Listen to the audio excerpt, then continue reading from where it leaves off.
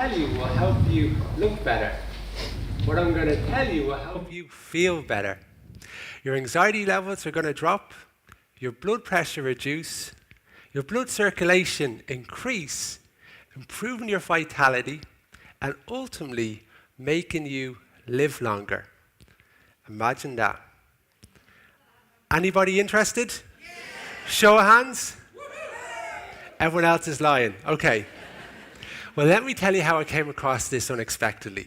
My name's Mark Kelly. I'm married. I've got 2 kids. I run a business. I've got the same concerns as everybody else here. I'd love to be happier and healthier like everybody else here, I'm sure. On a cold and wet January morning, I was running to work and I came across a homeless man. The same homeless man, truth be told, that I'd walk by each time. And I don't know what it was, but I said to him, "Would you want anything?" He said, "Yeah, I do. Coffee, a milk, and 2 sugars." Grand. So I went in and I got it from him and I gave it to him. And I said, "My name is Mark, by the way." He said, "Lee, thanks for the coffee." Then I was off my way, running back to work. And later on that morning, I was feeling really good. Now, I wasn't sure if I was feeling really good because I gave somebody a coffee or because he was homeless. I'm not quite sure. But let me give you a little bit of background about me. I'm a guy who's always chasing self-help books, seminar, yoga class. I'm trying them all out. And this feeling made me feel better than any of them. So I started to Google. I was like, how can I make a difference, a small difference to somebody that's homeless? So it turns out that money and perishable goods, they're actually not the way to go. But toothpaste, toothbrush, and socks are. So I said, grand. Went to Penny's in Blanchardstown and I got a tenner's worth. And I started to put them in these little plastic packs. And I put them in my bag and I said, if and when I come across anyone that needs them, coming and going from work, I'll give them a pack. So Monday evening, I'm coming home, I'm cycling through the Liberties, and I came across somebody, got off my bike, went over, handed the pack, didn't look up, didn't acknowledge it. I was a bit disappointed, if I'm honest. So I got back on the bike, but hey, you know, whatever. I got back on the bike, and I'm cycling down by Houston Station, and I came across a man just beside the bridge there, and he was wearing these socks, but they were toeless socks. The type of socks that you would have if you just come out of an operation. So I got off my bike, I took out my pack, and I handed it to him. He took out the black socks and he put them on. He looked up at me, and I could see I made a difference.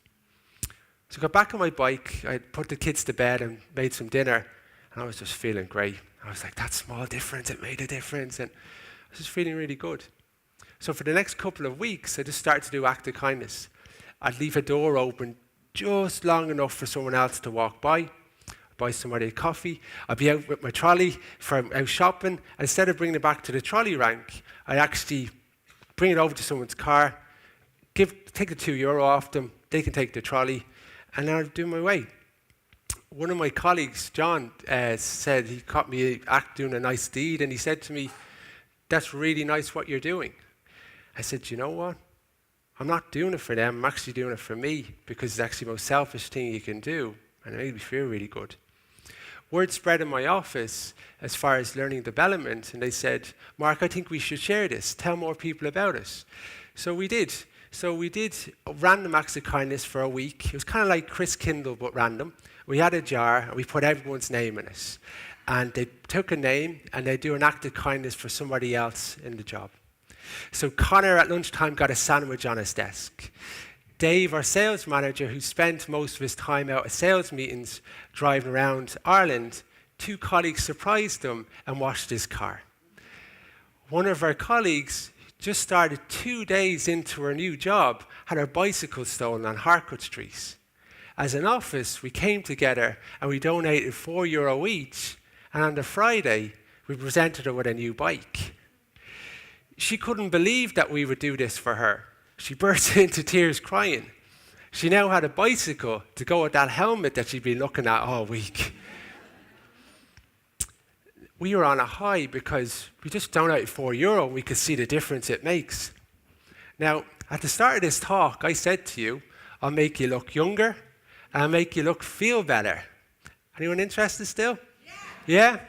Well, it turns out when you do a nice deed, the hormone oxytocin is released that has a knock-on impact that drops your blood pressure, reduces your anxiety, gets the blood circulating so much so it goes up to your cheeks, so they go all rosy red. So you look about 10 years younger, which improves your vitality, but statistically shows you're going to live longer.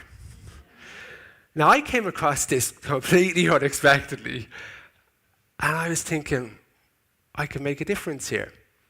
So what I'm asking you today is do one act of kindness a day for you, but you just might help society around the world. Thank you.